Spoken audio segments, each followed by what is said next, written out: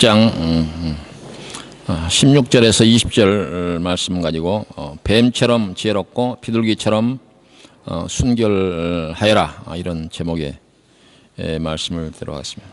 이 말씀은 예수님께서 제자들을 파송하시면서 이제 여러 격려와 부탁의 말씀 중에서 있는 그 말씀인데, 첫 번째, 내가 너희를 보내는 것이 양을 이리떼 속으로 보낸 것 같다, 이렇게 말씀을 하셨습니다. 이 말씀은 앞으로 제자들이 이제 맞닥뜨리는 이제 그들이 경험하게 되는 그 상황을 설명하는 그런 그 말이 되는 것이고, 또 그러한 어려움 가운데 제자를 보내는 그 예수님의 마음을 표현한 그런 말씀이다라고 우리가 해석할 수가 있습니다.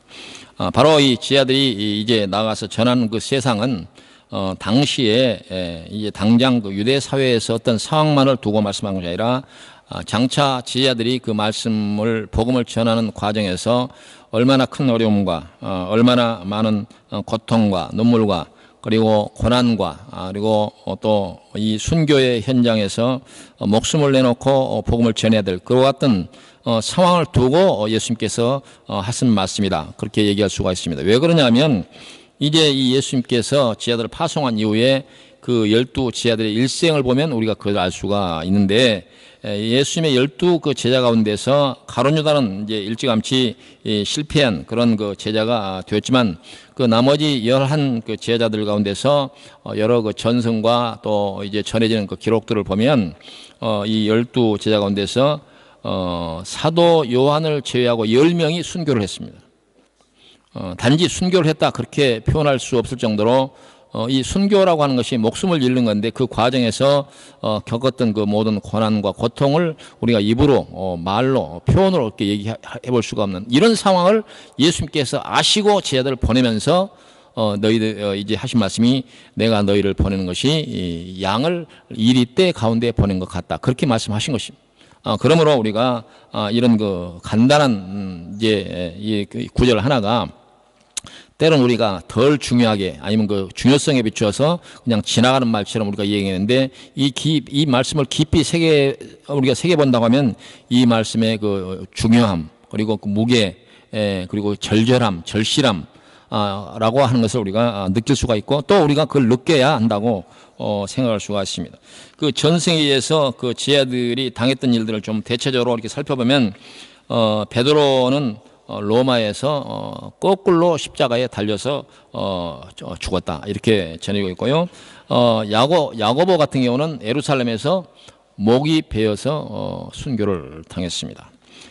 그리고 이제 그 유일하게 뭐 천수를 다했다, 그렇게 얘기할 수 있는데, 이 계시록을 쓴 사도 요한은 그 도미티안 그 황제 때에 그 박해 때에 가마솥에 이 요한이 산채로 던져졌다가 구사일생으로, 그 과정은 자세하게 설명이 안 되어 있는데 어찌됐든 거기에서 천신 그 구사일생으로 살아났지만, 그는 그 이제 요한 계시록을 썼던 그 반모섬의 유배에 대해서 채석장에서 돌을 캐면서 거기에서 요한 계시록을 쓰고, 후에 그 반모섬을 탈출했다가 에베소에 돌아와서 요한 계시록을 쓰고, 이게 죽었지만 그는 천수를 다했다고 말하지만 죽는 것 이상으로 많은 고난을 당한 그런 사도가 되었습니다. 그리고 베드로의 동생이었던 안드레는 그리스의 파트레스의 라는 곳에서 그 안드레의 십자가라고 알려진, 여러분이 이 십자가가 여러 가지 형태가 있는데 이렇게 바로 세워진 게 아니라 이렇게 X자로 세워지는데, 그런 형태의 십자가에 달려 죽었다, 그렇게 전해지고 있고요. 빌립은 소아시아, 지금으로 말하면 터키 그 지역에서 돌에 맞아 죽었고, 그리고 바돌로메는 아르메니아, 지금 저기 어디입니까? 러시아권, 옛날 그 이제 그 소비에트 유니언이 무너지기 전에 그 지역에 있는 그 아르메니아에서 산채로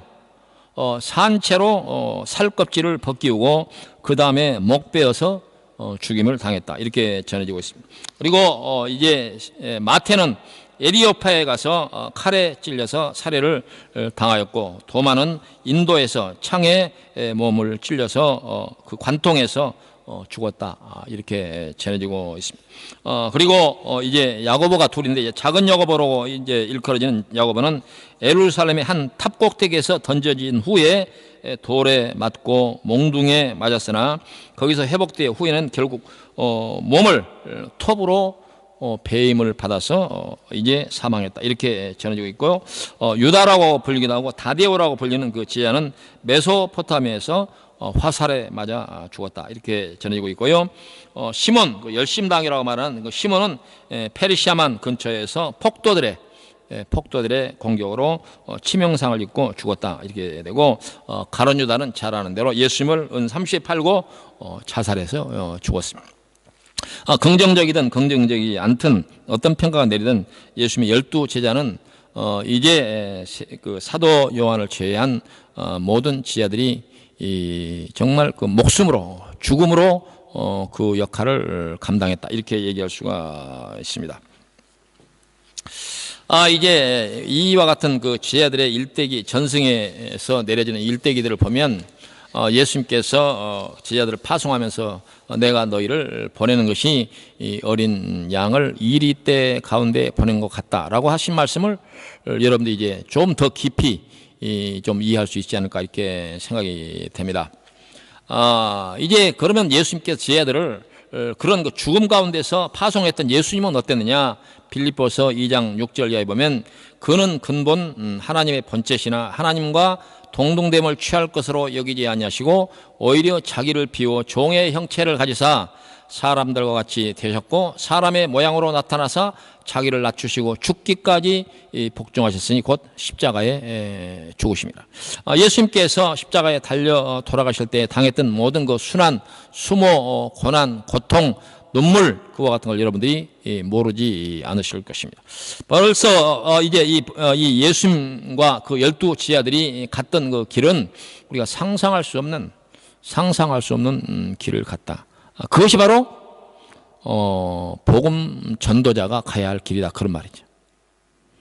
복음 전도자가 가야 할 길이 바로 그 길이 신앙인이 가야 할 길이다, 그런 얘기죠. 그러나 우리가 신앙의 길에 들어서면서 또 우리가 신앙인으로 스스로 생각하면서 이러한 마음의 자세로 우리가 신앙을 택했거나 아니면 가고 있는가 돌이켜 봐야 된다. 바로 오늘 이게 말씀이 우리에게 깊이 생각하도록 만드는 그런 그 어떤 접점이 바로 그것 아닌가.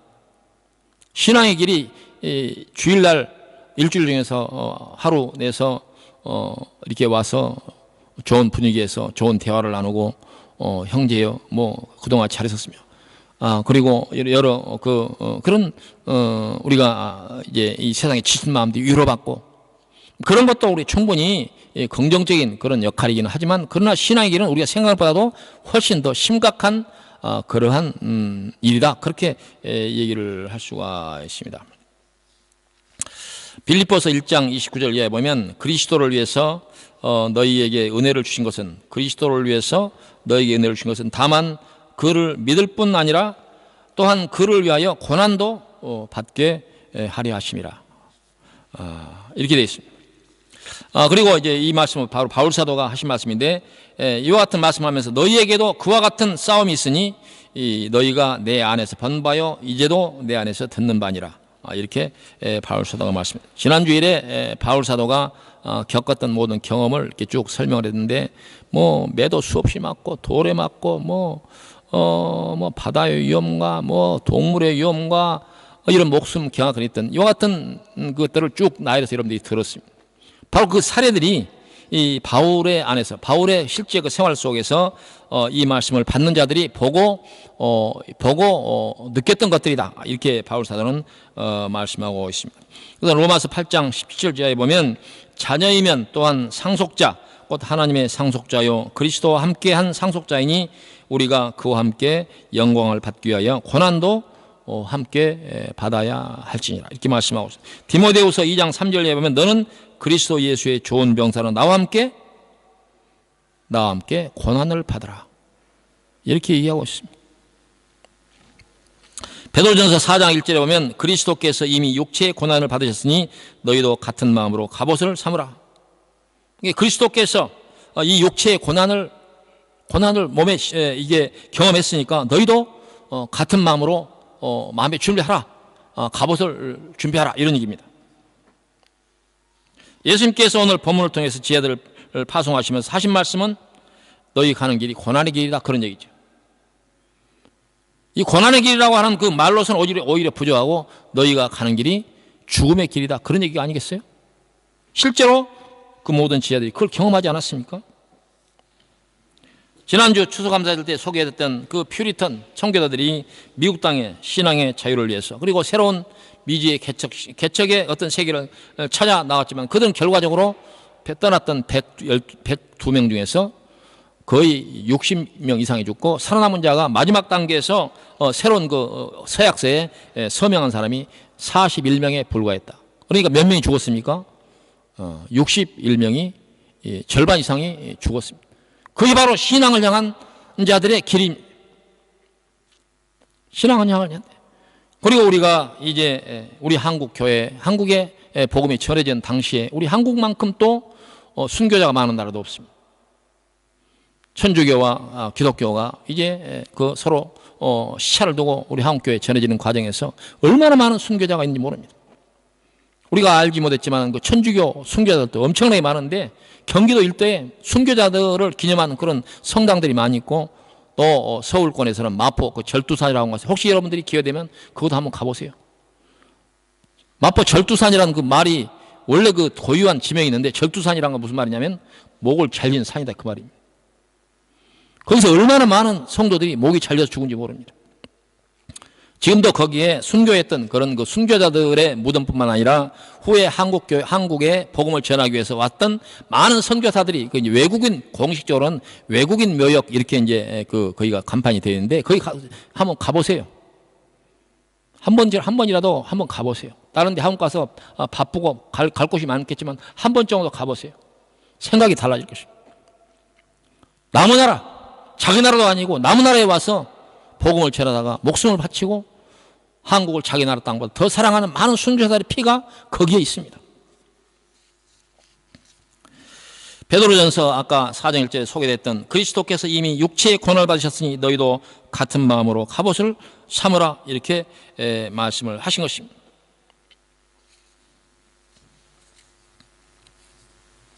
예수님께서 내가 너희를 보낸 것이 양을 이리떼 속으로 보낸 것 같다 이렇게 말씀하셨을 때 이게 양을 그 문법적으로 보면 양은 한 마리로 묘사되어 있고 이 양이 맞이하는 그 상황은 이리떼로 되어 있습니다. 그러니까 한 마리의 양이 한 마리의 이리떼하고 부딪혀도 이게 안 되는데 한 마리의 양이 이리떼와 만나게 될 거다 이런 얘기. 이 상황은 어떤 상황입니까? 헤어날 길이 없다 그런 얘기입니다. 운이 좋으면 헤어날 길이 있어요. 이런 얘기가 아닙니다. 그러지 않습니까? 험하게 말하면 가서 죽어라 그런 얘기 아니겠어요? 죽으란 얘기입니다.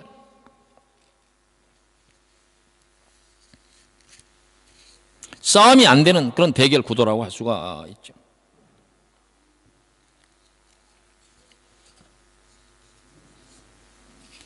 우리는 그 세상의 여러 가지 그 역사 속에서도 그런 경우를 우리가 종종 보게 되는데 이 덴마크 같은 경우는 2차 대전 때 독일에 점령당했습니다. 그래서 1940년대 초에 그 2차 대전이 일어난 것이 39년이죠. 그러니까 일어나고 그 초기에 덴마크는 그 독일에 점령당해가지고 전쟁이 끝난 1945년까지 5년 동안 점령당했습니다. 근데 초기에 덴마크의 역사를 보면 초기에 덴마크의 그 레지스탕스 운동이나 또 이런 그 이제 애국 나라를 위해서 나섰던 젊은 청년들이 그걸 막아보려고 조금 나섰지만 싸움도 안 되는 그런 상황 속에서 항복을 해버렸습니다. 싸움이 안 됐죠.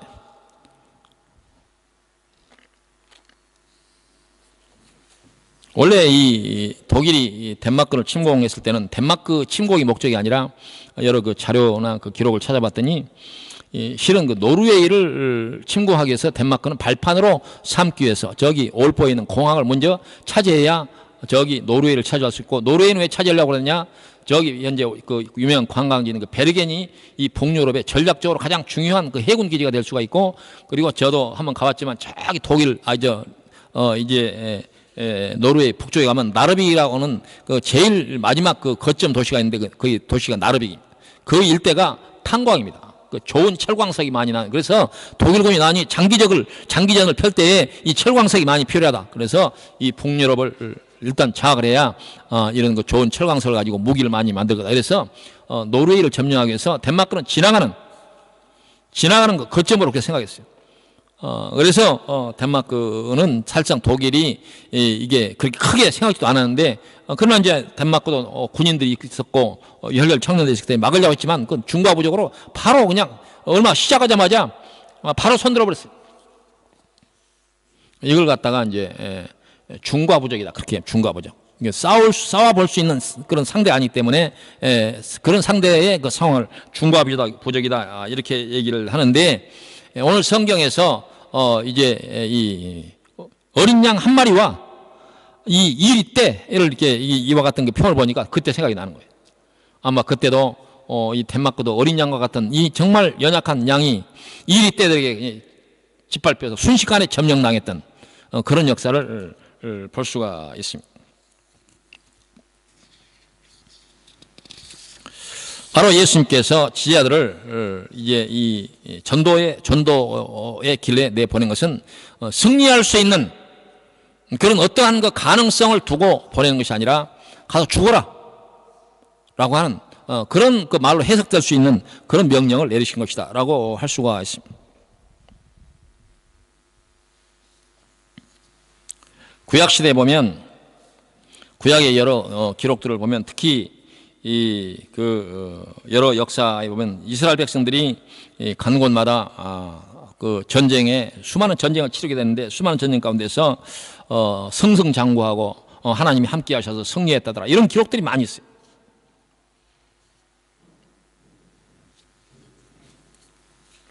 아브라함과 또 다윗과 그 야곱과 또 뭐 이삭의 시대, 그 후에 또 이스라엘의 남북조 시대,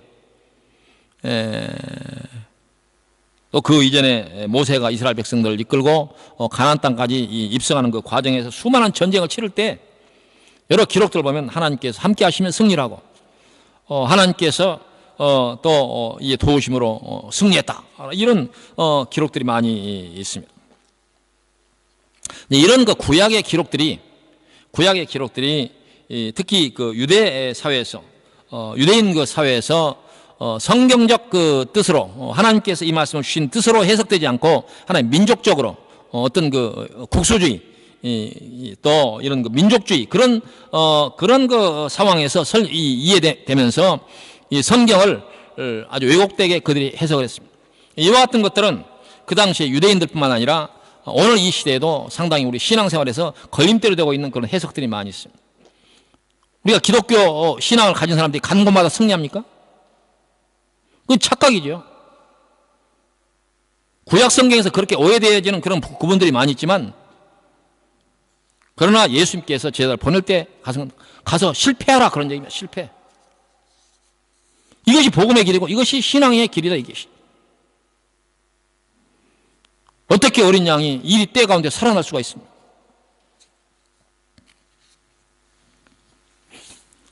찬송가 가운데도 우리가 신앙에 대해서 오해를 불러일으키는 그런 찬송들이 많은데, 우리가 깊이 생각해 볼 필요가 있습니다. 찬송가 358장 주의 진리 위에 십자가 공기, 이런 그 제목의 찬송가에 보면 원수들이 비록 강할지라도 주의 군기 붙잡고 주의 진리 위에 용기 다하여 분발하게 싸우세. 산과 들과 바다 가는 곳마다 주의 군기 날리며 반갑고도 기쁜 승리의 소식 온 세상에 전하세요. 이와 같은 것들을 우리가 어떻게 이해해야 되느냐. 이 모든 말씀은 오늘 예수님께서 제자들을 파송할 때 내가 너희를 보내는 것이 어린 양을 이리떼 가운데 보낸 것과 같다라고 하는 이 말씀에서 우리가 이 비교해서 깊이 생각해 볼 문제라고 할 수가 있습니다. 이 잘못된 이해와 잘못된 해석들이 오늘 소위 그 형통신학, 성공신학, 예수 믿으면 잘 되고 예수 믿으면 성공하고, 이런 잘못된 신앙을 낳았습니다. 우리가 이 성경에서 예수님의 말씀을 다른 모든 복음을 전하는 사람들의 얘기와 비교할 때 예수님의 말씀을 가장 중요하게 여기는 신앙을 가졌다고 한다면 이 성경의 모든 해석은 예수님의 말씀에 따라야 된다, 그렇게 얘기할 수 있습니다. 이 예수님의 말씀의 해석을 따르면 신앙의 길은 승리의 길이나 성공의 길이 아니라 죽음의 길이고 희생의 길이고 고난의 길이고 순교의 길이다 라고 하는 거예요. 그래서 여기에 우리는 분명한 선택을 해야 됩니다. 세속적인 성공과 승리를 위해서 우리가 이 신앙을 선택할 것인가, 아니면 예수님께서 말씀하신, 제자에게 말씀하신 우리의 길이 고난의 길이고 눈물의 길이고 순교의 길이고 고통의 길인가, 이것을 내가 선택할 수 있느냐 스스로 물어보고 내가 신앙이라 하든지 아니라고 하든지 답을 해야 된다, 그런 얘기입니다. 토요일마다 주일마다 교회 나가면 신앙인이 아니라 이 질문에 스스로에게 질문할 때 이 질문 앞에 내가 어떻게 답을 할 수 있느냐, 그것이 내가 신앙인의 유무를 결정하는 것이다. 내가 너희를 어린 양을 일대 가운데 보낸 것 같다고 말씀했을 때 여러분들은 어떻게 반응하겠습니까?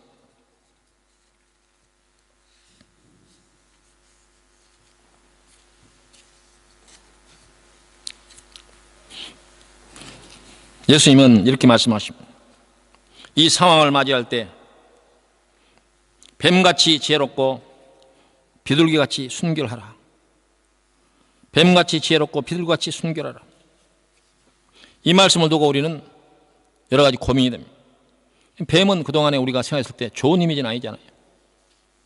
아무리 우리가 마음을 좀 백보 양보해서 뱀을 좋게 생각하려고 해도 뱀은 썩 그렇게 좋은 인상을 주는 뱀이 아닌데, 더더군다나 성경에서는 뱀이 사탄이나 마귀, 그 대행자 이렇게 되는데, 여기에서는 예수님께서 어떻게 뱀의 지혜를 얘기하고 있는가?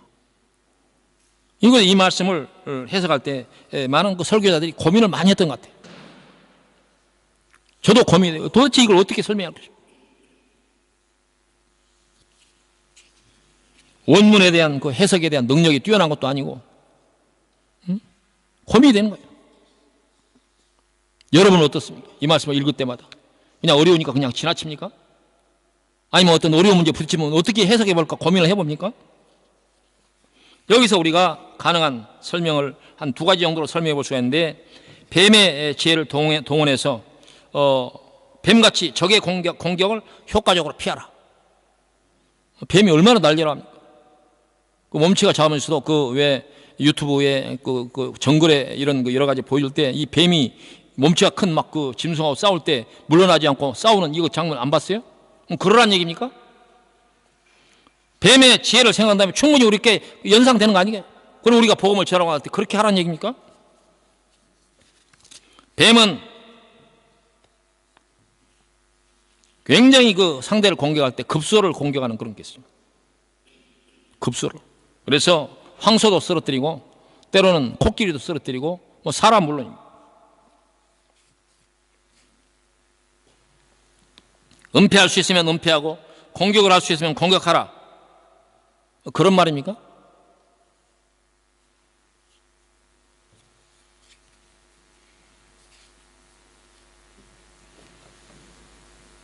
그럼 비둘기처럼 순결하라. 이 말은 동일한 어떤 그 존재, 복음을 전하고 나간 그 동일한 존재에게 때로는 뱀같이 때로는 비둘기같이 이렇게 얘기해요. 그러면 어떤 말에 장단에 춤을 춰야 되느냐 이런 얘기가 되죠.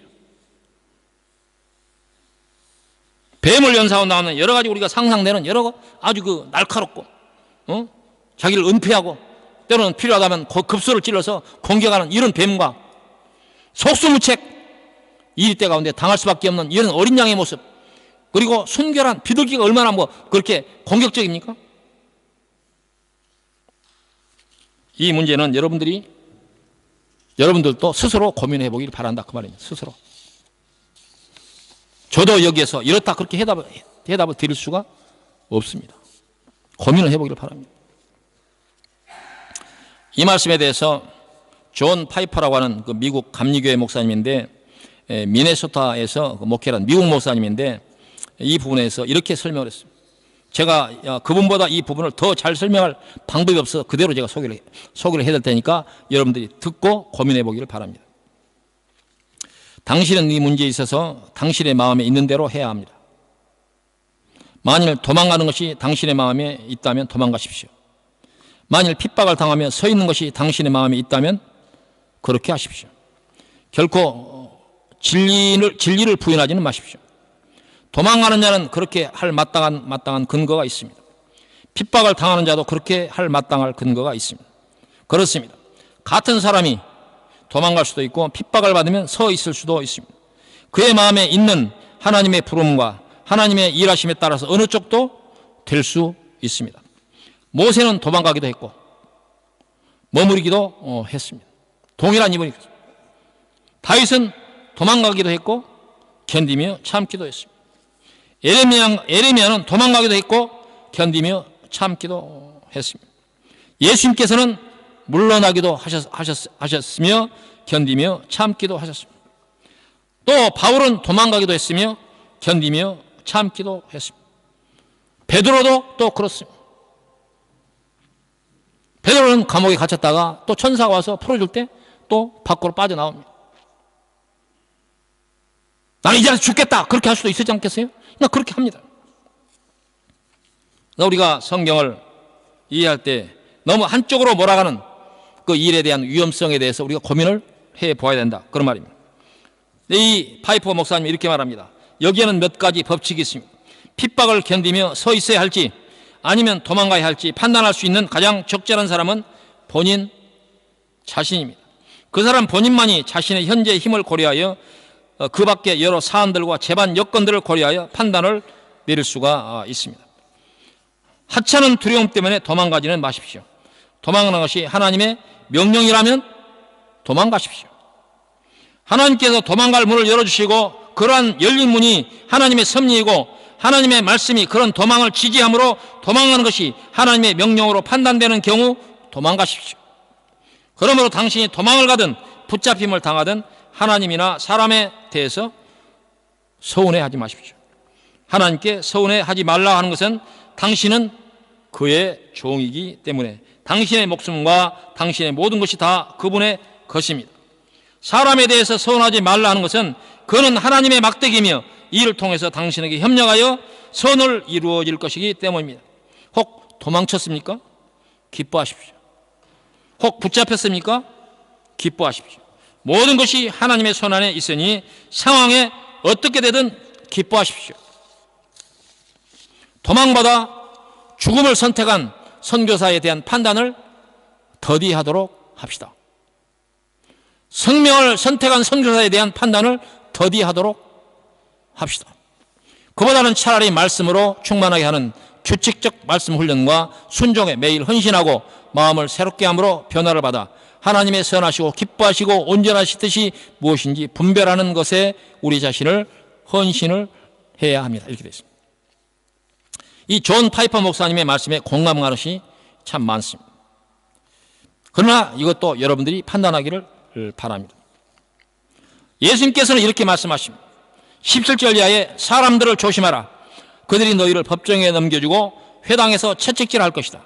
너희는 나 때문에 총독들과 왕들 앞에 끌려가서 그들과 이방인들에게 내 증인이 될 것이다. 그러나 그들이 너희를 법정에 넘길 때 무엇을 어떻게 말할까 걱정하지 말라. 그때 너희가 할 말을 일러 주실 것이다. 이때 말하는 이는 너희가 아니라 너희 속에서 말씀하시는 너희 아버지의 성령이시다라고 말씀하고 있습니다. 이 말씀은 무슨 말씀입니까? 이 말씀은 이런 어려운 내가 선택의 기로에 있을 때 내가 목숨을 부지할 수 있느냐, 목숨을 잃느냐 이런 상황이 있을 때 성령에 의지하라 그러니 성령에 의지하라. 근데 어떻게 우리가 성령에 의지할 수 있습니까? 어떻게 성령에 의지할 수가 있습니까? 당시 초대교회는 그때 그 상황 속에서 예수님께서 선택한 방법들은 뭐냐? 천사를 보내든지, 고넬료에게 천사를 보냈든지, 천사를 보내든지, 또 베드로가 감옥에 갇혔을 때 천사가 와서 문을 열어주는지, 그리고 바울 사도가 수많은 그 고난 가운데서 이겨나갈 수 있는 그 힘이 어디서 왔느냐? 그의 믿음에서 하지 않았을까? 인간적인 지혜, 그가 여러 많은 언어를 할 수 있는, 외국어를 할 수 있는 그 능력에서 온 게 아니라 성령이 그와 함께 하시는 그와 같은 믿음 가운데서 나오지 않았겠어요? 그러나 그 상황에서 성령에 의지하라 이렇게 얘기합니다. 성령에 의지하라.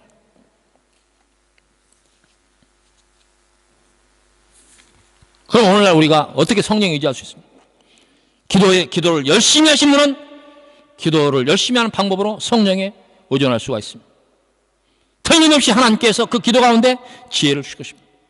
많은 분들의 기도 간증 가운데서 기도를 많이 했더니 하나님께서 내 이런 지혜를 주셨다고 하는 그런 간증들을 우리가 많이 들었습니다. 여러분들도 그런 간증들이 있을 것입니다. 저도 그런 간증이 있습니다. 그러나 또 다른 방법이 있다면 성경을 열심히 읽으십시오. 성경을 열심히 듣고 배우고 창념하고 고민하고, 그것이 우리가 위기 때 우리를 구원해낼 수 있는 하나님의 말씀이 생각나게 하는 방법이 아니겠습니까? 말씀에 의존하는 것, 성령에 의존하는 것 다른 것입니까? 그렇지 않죠.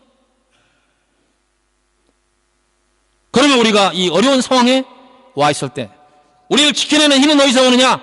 성령에 의지하는 것인데, 오늘 우리가 효과적인 방법은 말씀에 열심히 창념하는 것. 할 수만 있으면 성경 말씀 많이 보고 듣고, 또 교회 나와서 설교 듣고, 그런 거 아니겠습니까? 온갖 핑계와 방법을 빼서 방법으로 기회를 회피하고, 그런 것보다는 할 수만 있으면 더 많이 성경을 접하고, 그게 성령에 의존하는 거 아니겠습니까?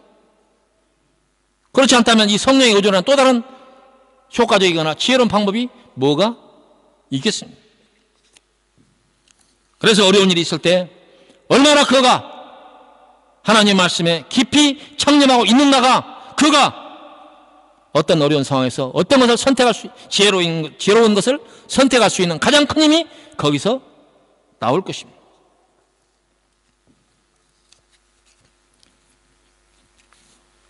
적절한 예가 될지 모르지만 20여 년 전에 제가 김영삼 대통령 두 분만 앞에 놓고 설교를 한 적이 있습니다. 여기 덴마크의 95년도에 제가 온 지 얼마 되지도 않았던 때 유엔 사회개발 정상회의라고 하는 그 회의 때 대통령이 온다고, 그래서 저한테 청와대에서 연락이 왔어요. 그날 주일날 근데 그 대통령 네 분과 아침 조찬을 겸해서 예배를 주일 예배를 드려주시느냐. 그래서 그 얘기를 듣고 제가 깜짝 놀랐습니다만, 아주 어쨌든 기꺼이 하겠다 그렇게 얘기했습니다. 근데 한 달 정도 여유가 있는데 한 달 내내 고민이 되는 거예요. 보통 설교를 할 때 목사님들도 많은 경험이 있지만, 어떤 목사님들은 설교를 주일 첫 그 월요일 날 준비한 사람이 있어요.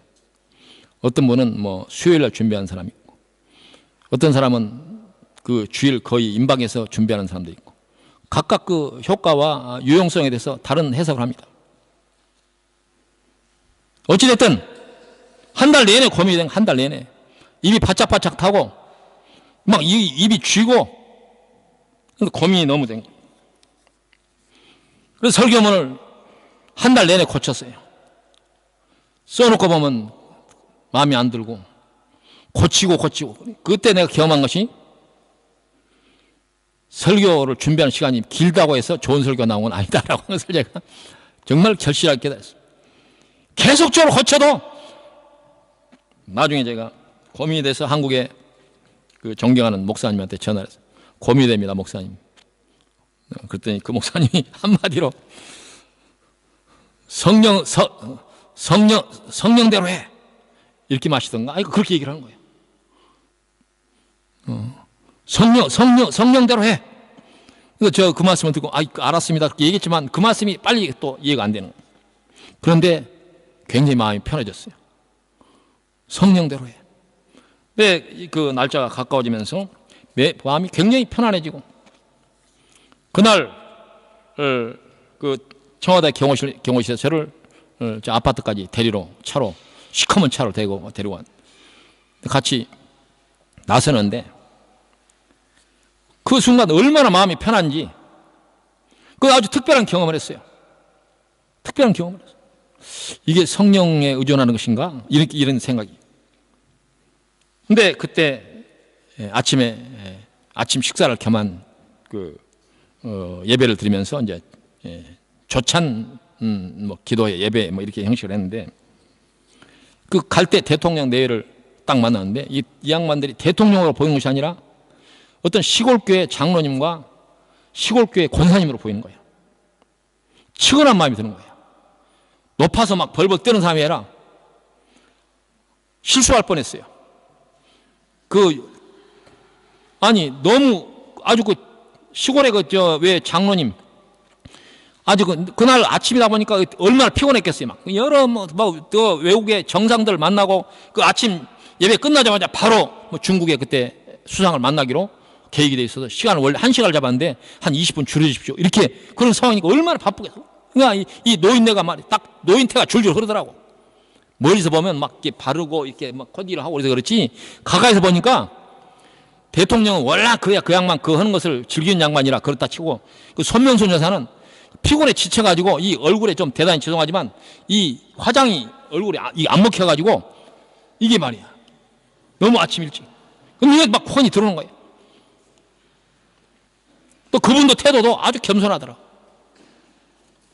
평상시 목사님들을 어떻게 대했는가를 알 수가 있는데, 그 김영삼 대통령은 조금 이제 그 태도가 항상 이렇게 장하죠. 목사님 오셨습니까? 이렇게. 선명선 여사는 완전히 90도로 저기서 또 90도로 고개를 숙이고 이게 달려오는 거예요. 목사님 오셨습니다. 덥석 안고 싶어, 덥석 안아줄 뻔했어. 그렇게까지는 않았지만 이게 오늘 말씀을 설명하는 적당한 그 해석이 될지 모르지만 그런 제 나름대로 경험을 했어요. 그날 시간을 원래 1시간을 줘서 설교를 몇 분을 하면 되겠다 이렇게 준비해가지고 했는데 갑자기 그 대통령 일정이 바뀌어졌다고 해서 20분을 줄이라는 거예요. 설교 준비했다가 20분 갑자기 줄이면 한 달 내내 했던 것을 20분 줄이면 어떻게 되겠어요? 더 당황스럽지 않겠어요? 하나님이 딱 지혜를 주시더라고. 거기서 제가 딱 그랬어요. 여러 가지 우리 이 대통령의 일정도 있고 그래서 뭐 여러 가지로 바쁘시는데 짧게 말씀을 드리겠습니다. 일단 이런 경우에는 결론부터 말씀하는 것이 나중에 이게 얘기를 다 못했네 이런 상황이 아니니까 결론부터 말씀을 드리겠습니다.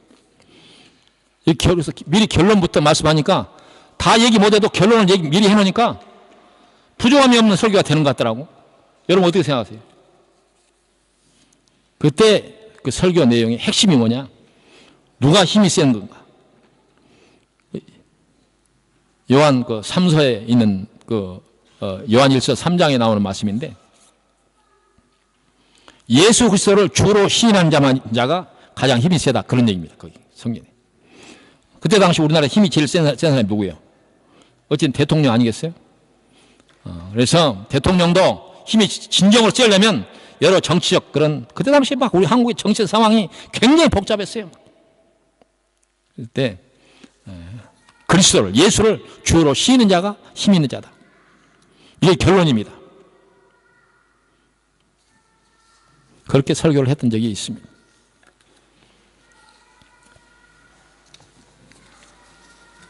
저는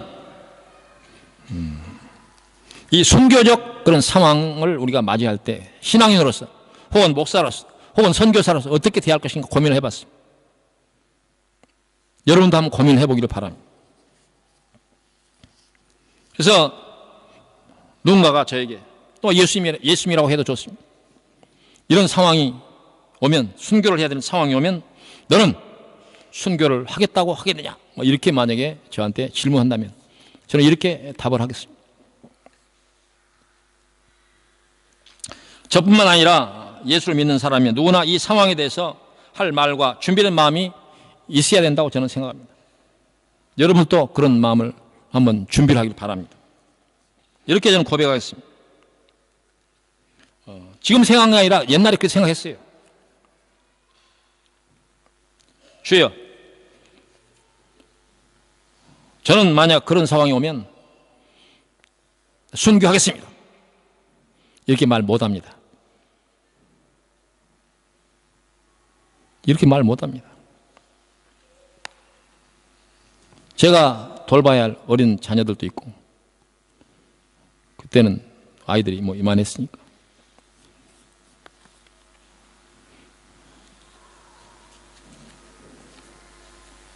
뭐 나 없으면 안 되는 아내도 있고,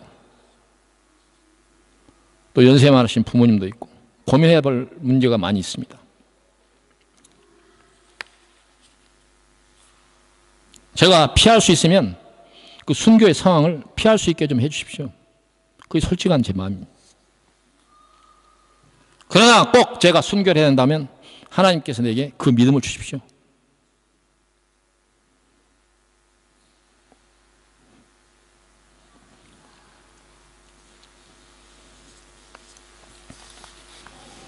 그렇게 기도했습니다. 제가 덴마크 처음 왔을 때는 앞도 보이지도 않고 뒤도 보이지도 않고 보이는 게 없었어요. 보이는 것이 하늘과 땅만 보였습니다. 하늘을 보고 땅을 보고 기도했습니다. 그 상황이 올 때 제가 어떻게 답할 수 있습니까? 하나님께서 그때 그걸 이겨낼 수 있는 믿음, 그 힘을 내게 주십시오. 오늘 본문 그 말씀에 소개되었던 그러나 그들이 너희를 법정에 넘길 때 무엇을 어떻게 말할까 걱정하지 말라. 그때 너희가 할 말을 일러 줄 것이다. 이때 말한 이는 너희가 아니라 너희 속에서 말씀하신 너희 아버지의 성령이시다 라고 하시는 이 말씀을 저는 믿습니다. 그런 상황이 오면 성령이 말씀하도록 하십시오.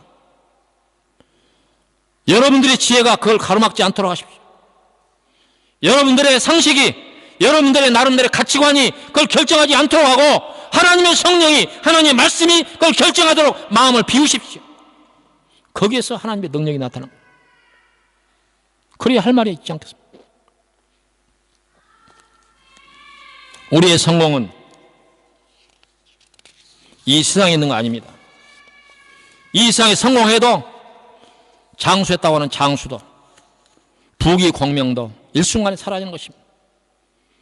구약에서 말하는 성공, 구약에서 말하는 승리, 신약에서 예수님께서 말하는 승리, 그 모든 승리는 이 세상의 세속적인 성공을 두고 한 말이 아닙니다.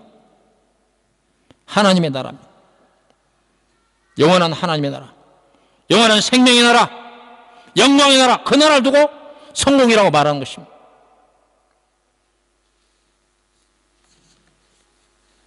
우리가 일상 가운데서 예수를 믿는, 우리가 자랑할 것 중에서 예수를 믿는 믿음 말고, 하나님을 신뢰하는 그 믿음 말고 진정으로 자랑할 수 있는 것이 뭐가 있습니까? 뭘 내놓을 것이 있습니까? 여러분들 이 세상 한평생 살아갈 때 뭘 내놓을 수 있습니까? 뭘 내놓을 수 있습니까? 우리가 하나님 앞에서 내놓을 수 있는 건 딱 하나입니다. 우리는 연약합니다. 우리는 좌우를 갈 줄 모르는 어린아이가 왔습니다. 이 때 앞에 가서 속수무책 당할 수밖에 없는 어린 양입니다. 주께서 내게 힘을 주십시오. 내가 주를 믿는 이 믿음, 주께 의존하는 것, 이 우려하는 것, 그것 말고 내가 가진 것이 무엇이 있습니까? 이 믿음을 갖게 되기를 바랍니다. 우리를 가장 강하게 하는 것은 믿음입니다. 돈도 건강도 우리가 세속적으로 가지고 있는 모든 어떤 조건도 우리를 강하게 할 수가 없습니다. 우리에게 있는 믿음뿐입니다. 우리가 죽어야 할 그런 상황 속을 두고 예수님께서 어린 양을 이리때 가운데 보낸다고 하는 이 말씀은 그 상황을 두고 한 말씀이면서 또 예수님께서 치근한 애틋한 그 마음을 표현한 것입니다. 이 12제자들이 나가서 당해야 할 그 상황을 두고 예수님의 마음이, 그 마음을 표현한 것도 된다. 상황을 표현한 것도 되고 예수님의 마음도 그렇습니다. 그 예수님의 마음이 전해지지 않습니까? 그 예수님의 마음이 성령으로 우리의 마음에 어떤 상황과 어려움 속에서도 우리를 이겨낼 수 있는 그 힘을 주실 것입니다. 바로 이 믿음이 다니엘과 그 친구들이 불구덩이 앞에서도 그리고 사자 굴 앞에서도 담대하게 그들을 세웠고 다윗을 어린 다윗이 골리앗의 창 앞에서도 기죽지 않고 나갔던 그 용기가 어디서 나왔습니까? 하나님을 믿는 그 믿음 가운데서 나온 것이 아니겠습니까? 모세와 그 백성들이 가로놓인 홍해와 바닷가에서도 흘러넘치는 요단강 가에서도 담대함으로 그 강을 건넜던 그 힘도 믿음 아니겠습니까? 믿음으로 나가는 자 앞에서 이기지 못한 어떤 성도 없는 줄로 믿습니다. 견고한 성 여리고성을 무너뜨렸던 그 힘도 바로 하나님을 신뢰하는 믿음 가운데서 있는 것입니다. 우리가 이 세상에서 경험하는 어떤 종류의 어려움과 난관과 장애라고 하더라도 이 어떤 종류의 어려움 가운데서 우리를 이겨낼 수 있는 힘이 바로 예수를 믿는 믿음, 하나님께 의존하는 마음, 성령의 도심이라고 믿습니다. 이 말씀 앞에서 성령에 의존하라고 하는, 성령이 말씀하셔야 할 것이라고 하는 이 말씀 앞에서 정말 두 손 모으고 진지한 마음으로 아멘 할 수 있기를 바랍니다. 기도하십시다. 고맙고 감사하신 여호와 아버지 하나님, 우리에게 무엇이 남아있습니까? 세상에 얄팍한 지식을 내놓을 수 있습니까? 우리가 정해진 그 수명에, 인생의 수명을 내놓을 수가 있습니까? 썩고 낡고 소멸되어질 것들이 우리에게 자랑의 근거가 되겠습니까? 오늘 예수님께서 제자들을 보내시면서 내가 너희를 이리 때 가운데 보내는 어린 양과 같다 하신 그 말씀을 우리가 오늘 이해를 하고자 합니다. 어떤 상황 가운데서도 이 엄청난 고난과 슬픔과 눈물과 또 장애 앞에서도 우리를 이겨낼 수 있는 그 힘이 바로 우리 안에서 말씀하시는 성령의 역사인 줄로 믿습니다. 그 믿음을 가지고 나갈 수 있도록 인도하여 주옵소서. 예수님의 말씀을 믿고 하나님을 의지하고 성령의 역사를 믿는 마음으로 우리 앞에 도전되어지는 우리가 맞닥뜨리는 어떤 종류의 위험과 그런 도전 앞에서도 우리를 지켜낼 수 있도록 인도하여 주시옵소서. 감사를 돌렸고 예수님의 이름으로 기도하옵나이다. 아멘.